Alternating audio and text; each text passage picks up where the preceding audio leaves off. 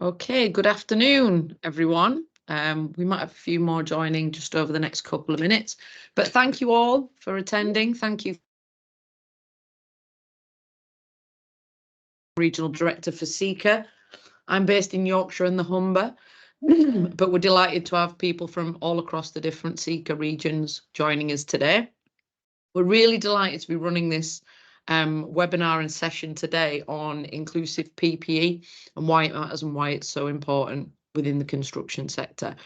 So this is the subject of a campaign that's being run by NAWIC, the National Association of Women in Construction, to highlight the issue. And it's been really good to see it gaining quite a lot of traction over the last month or so.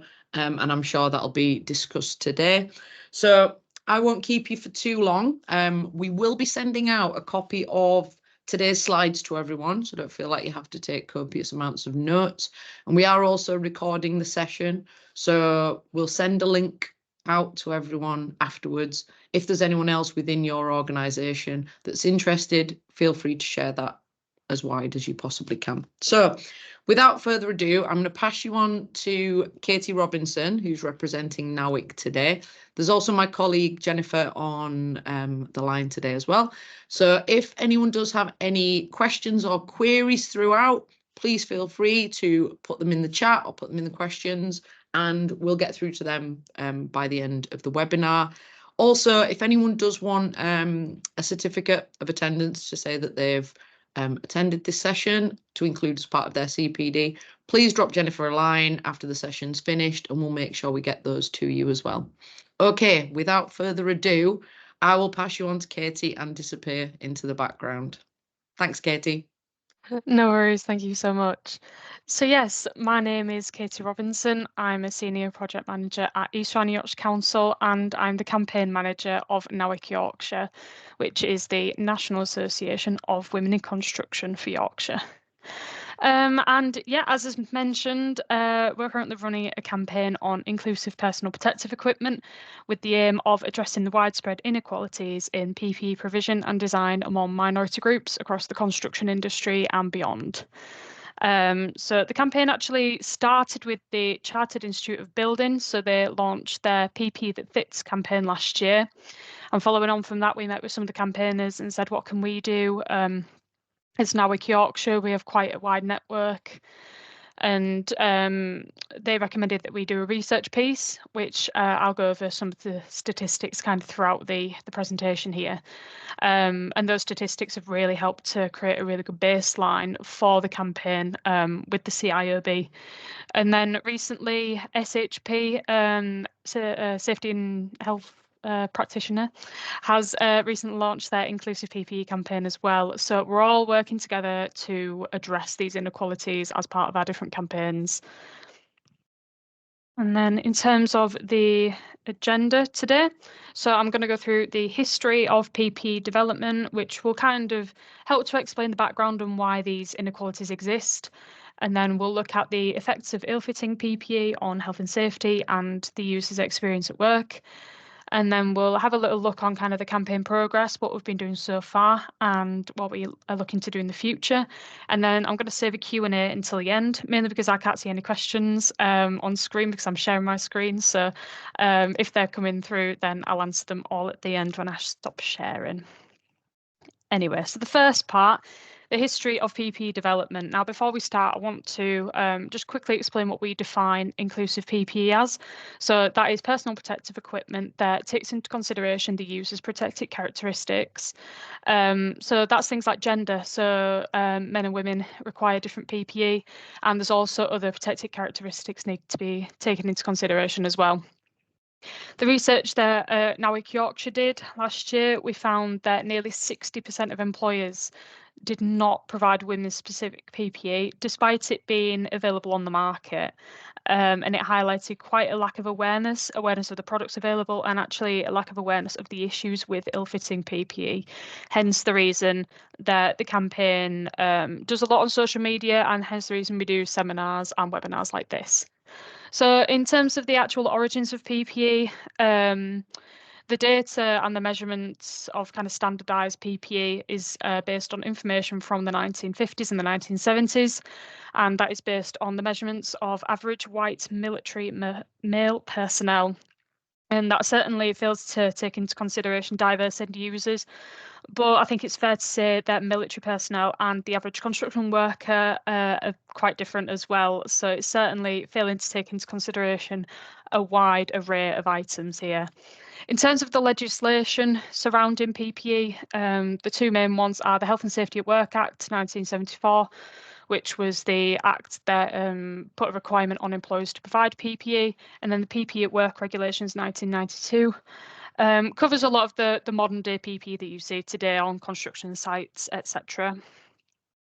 So we're going to run through the effects of ill-fitting PPE, and I've just gone through the 5-point PPE, kind of the standard stuff that you'll see on site. So we'll start with high visibility clothing. As you can see, there's me modelling some high visibility trousers here. I'm sure you can tell which ones are the men's and which ones are the women's. If you can't, then the ones on the left are the men's. You can see that they're very tight around the thighs and they're quite baggy around the calves, which just ill-fitting altogether. I can't actually zip them up. It's not just for the photo. I actually can't zip them up full stop. And that leads to a number of issues. Whereas if you look at the women's on the right, it fits a lot better. It's actually a more suitable length kind of on the calf and things like that. It's not oversized. And I've got a smiley face on there, so it's obviously a good one. In terms of the actual effects of ill-fitting high visibility clothing, there's issues such as entanglement. That typically comes from oversized PPE. And then there's also issues with slips, trips and falls. So especially if you're looking at the way I'm wearing the men's PPE and how kind of lower down it is, it's pretty much nearly over my toes actually. So you can see that if you're wearing PPE that's ill-fitting, then it can lead to tripping over it. General discomfort, if I was on site wearing men's PPE, I certainly wouldn't be walking around with my fly undone. I'd probably be desperately trying to kind of breathe in and zip it up and things like that, which would lead to very much discomfort. There's also limited range of motion.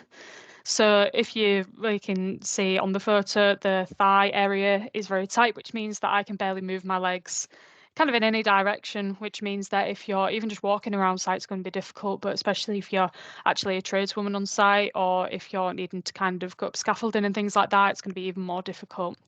There's also exposure to the elements from improper wear. So that's where you're actually unable to zip up high-vis garments and things like that. You're going to get exposed to the elements, whether that be the weather or whether that be kind of chemicals on site and things like that. Next one I've got is safety boots. So safety boots is actually linked to, or ill-fitting safety boots, should I say, is actually linked to a few long-term health issues. So it's linked to Morton's neuroma, tendonitis, plantar fasciitis, just to name a few. You can see on the photo there, so these boots are men's boots, and that is, despite I'm a size 6 in shoe, and you can see that the boot is a lot bigger than my foot. Men and women do actually require different types of safety boots because our feet are not just different in size, it's the whole shape and everything. So when you are a woman having to wear men's safety boots, then it leads to all kinds of issues. Slips, trips and falls are another one, especially kind of if I was wearing that shoe on the photo, then you can imagine there's quite a lot of kind of space around the shoe, so it's going to be kind of not very secure when you're walking around. General discomfort, when I had to wear men's PPE kind of back before the campaign started, I used to always get blisters and things like that. And I just thought, oh, safety boots are uncomfortable. When actually, after getting some women's safety boots, I realised they're not meant to be uncomfortable. They're meant to, if anything, be comfortable because you are going to be spending, construction workers work upwards of 40 hours on site per week. So it's important that at least we're not in pain for that time. It also can cause bunions and foot deformities as well, a whole range of issues with safety boots, to be honest. The next one we'll look at is hard hats. So the main issue with hard hats is difficulty in actually adjusting to fit, and typically if women have smaller heads than the standard sized hard hat, then they might struggle to actually get it to adjust that small. Unfortunately, there's kind of a bit of an issue with the standards here because the hard hats there you will see out on site, they are the smallest that they can kind of physically make it at the moment. You can get bigger hard hats, as you can see the guy on the photo is holding a larger hard hat, which means that it can accommodate for kind of larger size heads as well as dreadlocks and things like that. But unfortunately, there is a bit of a gap in the standards. It means that users who do have smaller head frames and things like that will find it difficult to find a hat that fits, unfortunately. There's also an issue of instability of the hard hat on the users if it's not fitting properly, as you can imagine. And you'll find this kind of the rest of the PPE items, there's quite a lot of risks associated if the user removes the hard hat. Now, they might not be removing it kind of to be defiant. They might be removing it because it's hampering their work, because it's distracting them and things like that. And obviously all the risks associated with that. If you look at the safety glasses now, so again, there's difficulty in adjusting to fit. Fortunately, there's actually smaller framed safety glasses, as you can see on the photo. There's kind of your standard size safety glasses, and then there's the smaller ones on the inside. There's also issues with impaired vision if the glasses steam up. So I had this after I had my COVID vaccine, just like a strange side effect I had for a few weeks after. And it caused me to have like really hot flushes, and that impaired my vision because my safety glasses kept on steaming up and things like that. And of course, there's plenty of medical conditions and things like that that do cause hot flushes and things like that, especially in women. So it's important that we have safety glasses that fit us properly so that we can actually see what we're doing. And again, there's the risk associated if the user does kind of remove those safety glasses and things like that. And then finally, we'll look at gloves. So gloves do come in different sizes. There is difference between men's and women's hands, but kind of not to an extent enough that different kind of gendered gloves would be required. It's more just smaller sizes are required. Ill-fitting gloves can lead to entanglement, as you can imagine, if you're using machinery and things like that. If you've got an oversized glove where kind of your fingers don't go to the end, then you've just got kind of this area of essentially rubber that's just a risk of getting caught in things. Also impacts on the user's dexterity. So this can have a big impact if they're using tools, but also if you're climbing up ladders, using scaffolding and things like that, you want to have that good grip. And if you're not able to, then that's going to affect your safety as well. And again, the risks associated if you remove them. This can also lead to kind of exposure to chemicals and things like that. So in terms of the effects of ill-fitting PPE on the experience at work, the research that NAWIC Yorkshire did, we found that 42% of women have experiences relating to PPE which has impacted their career. And you can see we've just got a few extracts on here. The full research report is on our website, which I will link at the end, where you can find even more kind of anecdotal evidence of this. But there is a fair few, so we'll just kind of read through each of them. So one person said, I feel like I look unprofessional as I'm wearing oversized men's clothing. I've certainly felt this out on site. It definitely affects how you perceive yourself as well as how other people perceive you. And it's even been linked to kind of site bullying and things like that. Obviously, that's a separate issue by itself, but it certainly doesn't do wonders for your self-confidence if you're wearing clothes that, I mean, when I wear oversized PPE, it makes me feel like I'm wearing my dad's clothes, and I just don't feel like I'm actually there to do the job properly, if that makes sense. It even makes people not want to work in the construction industry. This is echoed by quite a few other kind of research pieces that have been done that have found ill-fitting PPE to be one of the top 10 reasons that women leave STEM industries. So it's not just construction, it is STEM full stop. Frustratingly, even in kind of the healthcare sector, which is female dominated, they have PPE designed for men. So it's something that is an issue across the board, and at least in construction, we're trying to desperately do something about it. But yeah, kind of following on from that point, as an industry that we're really trying hard to encourage people into the industry, as well as we're kind of desperately trying to retain them as well, not just to kind of address the skills gap and the skills shortage that we're dealing with, but also to be a more diverse and inclusive industry. It's really difficult to justify the industry when we know that a lot of women are having to suffer with these issues as well. Another bit of anecdotal evidence said it made site work more difficult and uncomfortable than it had to be. So of course, I'm a project manager, so when I'm walking around on site, I'm only going to be walking around, going up scaffolding, things like that. I'm not going to be kind of hands on the ground. But tradeswomen do exist, and the effects of ill-fitting PPE are kind of heightened for them because they have to do so much more physical work and things like that. And I can imagine it's so difficult and so uncomfortable to do this, and it's already a difficult job anyway, and I think if we can do something to make it better, we absolutely should. Ill-fitting PPE often makes me feel like I'm perceived as a child in an adult's world, and that impacts how people perceive my knowledge, experience, professionalism. I kind of covered this earlier, but this is certainly something that is echoed across the industry and something that a lot of people have spoken to me about before. So now that we've kind of talked about the problem, let's talk about the solution and what we're doing. So as I mentioned at the start, this campaign is run alongside the Chartered Institute of Building's PPE That Fits campaign. And that campaign is, it's run, I think it started kind of in July last year. So we jumped on the campaign in September last year. And it was very much kind of in its infancy then. So when we started, we did our research report, as I mentioned, and then we have had quite a lot of progress since. So the first major step we had, which some of you might be aware of if you are partners of the Consider It Constructor scheme or you have sites that are registered with them, you'll be aware that as of the 1st of January this year, the Consider It Constructor scheme have mandated women's PPE across all of their registered activities, which was an absolutely brilliant move and a move that we're really hoping other accreditations jump on as well.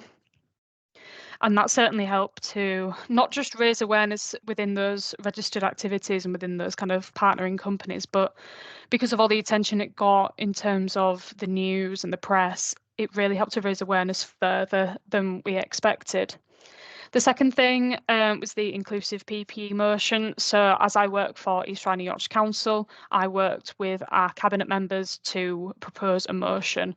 So a motion on notice is essentially a request for a council to make a change about something. So this motion included for the council to mandate the provision for inclusive PPE. Now, we did provide it anyway. That was one of my first things when we started the campaign.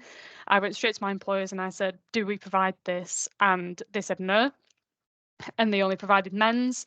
They did provide children's high-vis, which I mean, it's great for like site visits, I guess. But forget about all those women who work not just in the construction teams at the council, but I mean, we have refuse workers, grounds maintenance and things like that. So it's something that I think had just been not really realised and things like that. Fortunately, I mean, I work for a local authority and there's a kind of a stereotype that things move quite slowly, whereas this got addressed within a matter of days, which I was so happy with. So actually, when this motion came through to actually mandate it, we already had the kind of foundations in place. The products were already available through our internal procurement catalogue. It was more just a way of raising awareness across all the service areas. The next part of the motion was to encourage local businesses to do the same. That was kind of via our press team, and then we have our construction framework, which I mean, I've been working with them since the start, so that was kind of in hand already. And the third and probably the most important part was that East Rhine and Yorkshire Council was going to write to the UK government requesting that they amend the PPE regulations and add in a requirement for the protected characteristics to be taken into account. Now, this is in the guidance for the regulations, but not the regulations itself. So that's something that we think could definitely help to start solving the issue by actually making it a legal requirement. Because at the moment, we find that the kind of legislation itself is not specific enough, and therefore a lot of things fall through the gaps. The most recent thing is the inclusive PPE adjournment debate. So we did manage to get this discussed in Parliament, and it was a really positive move. We received praise and support from the relevant minister, and we're in quite close communication with them now going forward on kind of further queries that we've got to say to the government, you can recognise that this is an issue. What are you doing to help? It's all us doing this as a campaign, but actually we need kind of some statutory bodies to be making a difference here, including kind of the likes of the British Standards and the HSE. In terms of next steps, it's more or less just doing what we're doing and a little bit more. So a lot of these webinars, seminars and things like that, as well as our social media campaign, will be carrying on as before. I've recently accepted a position as a committee member on the British Standards for Horizontal Topics for PPE, which is it's kind of a focus on inclusive PPE. Within the wider PPE standards. It's strange, it was actually something that was discussed before COVID, but unfortunately when COVID hit, they had a lot more priorities that were more important. And now that kind of these campaigns putting a lot of pressure on them, and obviously pandemic's over and things like that, they've decided to put another priority on it. So hopefully we'll be seeing some changes to the standards coming up soon. And we're also looking to work with HSE to actually investigate ill-fitting PPE, because currently they don't really report on it, which means they probably don't even investigate it either. So it's all about trying to get that data, because the data we've got is all anecdotal evidence, and there's not much literature online as to investigations and things like that. But we know that ill-fitting PPE is an issue. We know that accidents have been caused by it, and it just doesn't seem to kind of be reflected in the actual investigations that HSE have done. So it's certainly kind of taking a look into that as well. Now, the next bit is how can you get involved? There's a number of ways to do this. So the first one is action within your own organisations. So actually, firstly, seeing, do you procure and provide inclusive PPE to your workforce?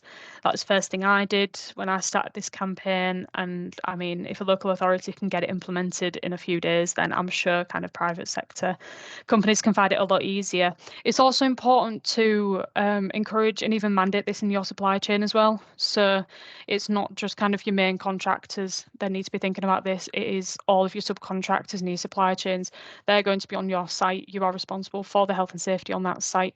And it's really important that now you know the effects of ill-fitting PPE, you want everyone on your site to be safe. So it's important that you kind of had those conversations with your supply chain as well. The next one is lobby your local council members and members of parliament. So anyone can speak to their local council to get them to propose a motion for inclusive PPE. I think around 13 councils have been approached so far, and I received confirmation only this morning that another one has actually unanimously passed it, as East Riding did last month. So we've got 2 that have passed it and another kind of chunk that have been contacted to do the same. And that can make such a difference to the people who work in those organisations, as well as kind of the local businesses, the supply chain of the council, and as well as the more we write to councils, the more councils write to the government, the more pressure we put on to get these regulations amended. And it's also great if you could lobby your members of parliament as well. When I first started this campaign, I messaged probably about 10 or 12, and I got a response from one who has been brilliant, and she's been working with us throughout, kind of since the communication started, really. I do appreciate that MPs do have a lot on their plate, but I think it's really important. This is something that's affecting our industry and our health and safety. It's a very easy fix, and it should be something that they're made aware of the issues anyway. And then again, it puts more pressure on the government to actually make a change. And then the last thing is to support and engage with our social media campaign. So I've got the links to my social media at the end of this, but we're also on the social media at NAWIC Yorkshire. So you'll be able to kind of find us on LinkedIn and the likes talking about PPE. I've got a couple of resources here. Looks like we're going to finish early, which is quite nice. It gives us a good amount of time to do kind of a Q&A. So helpfully, as part of the Chartered Institute of Buildings campaign, they created a directory of inclusive PPE. Now, this is personal protective equipment manufacturers. So this isn't kind of from your distributors. This is your actual manufacturers that make it. And this is all stuff that's been trialed and tested by women in the industry. So it's not stuff that kind of no one's looked at before. It's all stuff that has been tried and tested even over numerous years, to be honest. So if you are looking for inclusive PPE, that's a really good place to start. And then speaking to your distributor and saying, do you stock this? and they usually do. Most distributors now do stock inclusive PPE, kind of due to the demand, really. With more people realising that women need different PPE to men, more people are procuring it, and the demand's going up as well. And then I've also linked our website, which has case studies of good practice. It also has all of our recent updates and things like that. So if you don't have social media, then you can kind of keep up to date with our website. We also have our PPE handbook, which is an ebook all about kind of the procurement of inclusive PPE and the considerations you need to make and things like that, as well as a number of other items on there, including kind of draft letters if you were wanting to propose a motion with your local councillor and things like that. And that swiftly brings us to the end. So I'd be open to kind of any questions or discussion points. If you've ever experienced kind of ill-fitting PPE and things like that, it'd be really good to kind of hear that from yourselves, or even kind of what your organisation is doing about this and things like that. My contact details are here, but we will send the slides around. So I'll stop sharing my screen now so I can actually see the chat. And yeah, I don't think anything's come through yet, but if anyone has anything, then yeah, drop it in the chat. Okay, thank you, Katie. That's really appreciated. Thank you. A really good run through as to the importance and why this campaign is really important. I know recently my colleagues and I have been out onto a site with one of our members, and they very kindly did provide us with women's PPE, which did make a big difference. I think particularly when, you know, we all different shapes and sizes. I think finding something that fits does automatically make you feel a bit more comfortable when you're in a situation that perhaps you're not used to being in as well. So that's really good. I don't know if there are any questions from anyone who's here, or if anyone would like to raise their hand and speak, feel free to. Oh, we do have one here. We can allow a camera and mic. Are you all right with me doing that, Jen? I'm going to attempt it anyway. Let's try. Vicky, I think I've allowed your mic open if you want to ask a question.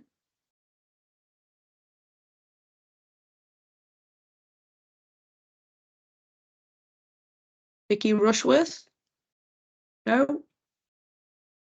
Hi, sorry, I was on mute, sorry. Yeah, you can't put anything on the chat, or you couldn't a minute ago. I tried to put something on the chat, but just as a confirmation, when you're buying PPE for ladies, it always appears to be on a longer lead time. That's what we find generally is, you know, the shell jackets, etc., the trousers, etc., tend to be on a longer lead time, which, you know, obviously they can wait, but, you know, it's hopefully to encourage that to be more readily available, probably because it's not as required as the male versions, but, you know, they should still have the different sizes, etc., in stock to make sure that it's always available, because then you know, sometimes it ends up being bought as a male version instead because it's not easily available. Yeah, completely. In the research at NAWIC Yorkshire they found that longer delivery times was one of the main kind of perceived barriers to it, and it's certainly something that we found at work. We've ordered men's and women's at the same time. The men's arrives the next day, the women's is about a week later, which, I mean, sometimes you can wait a week, but sometimes if you've got new starters and things like that where they're going to be site-based, then it's yeah, not that possible. I think one of those things, unfortunately, is with the lack of demand compared to there is for men's PPE, is that distributors typically don't carry it in stock. So they will order it directly from the manufacturer, which of course is going to take time and things like that, compared to the men's where they'll just have sitting in a warehouse somewhere. I think if you do have issues like that, it's probably best to actually just complain to your distributor and just say, this isn't fair. And I think the more complaints that they receive, they might actually start thinking, oh, yeah, we should probably stock this. Super, thank you. Thank you. Anyone else with any questions or comments that they'd like to raise? Please raise your hand and we can bring you up that way. Yeah, I was going to say, I don't think the chat's working. I can't even type in it either. There is a Q&A option as well, but yeah, if anybody wants to. That doesn't work either. The Q&A doesn't work either. Oh, okay. Apologies. Apologies. I'm going to blame Microsoft and their amazing Teams update for just completely confusing anyone. If anyone has got anything they'd like to raise, again, feel free. Katie's contact details as well will be available afterwards. So if anyone's got any information or feedback that they'd like to send through, please do so. Again, I know just from our point of view, one of the issues we've got is that there is 3 of us in our office. So again, when you're looking at that, you know, the savings that you get when you buy in bulk is sometimes an issue as well, isn't it? If you're buying 1 or 2 of an item rather than getting 30, 40, 50 in stock. But hopefully it's something that can change. And if the manufacturers are made aware of it and the distributors, then we can make that better. So thank you. If there's no other questions, I'd just like to thank Katie for her time today. Hopefully it's given everyone a bit of food for thought. And yeah, we'll send out the details to everyone afterwards, copy of the slides. And if anyone does want to get more involved or get in touch, please do so. And also use the social media and the platforms that this campaign's being promoted on as well. Thank you very much. No worries. Thanks all. Thank you, everyone. All right, thank you.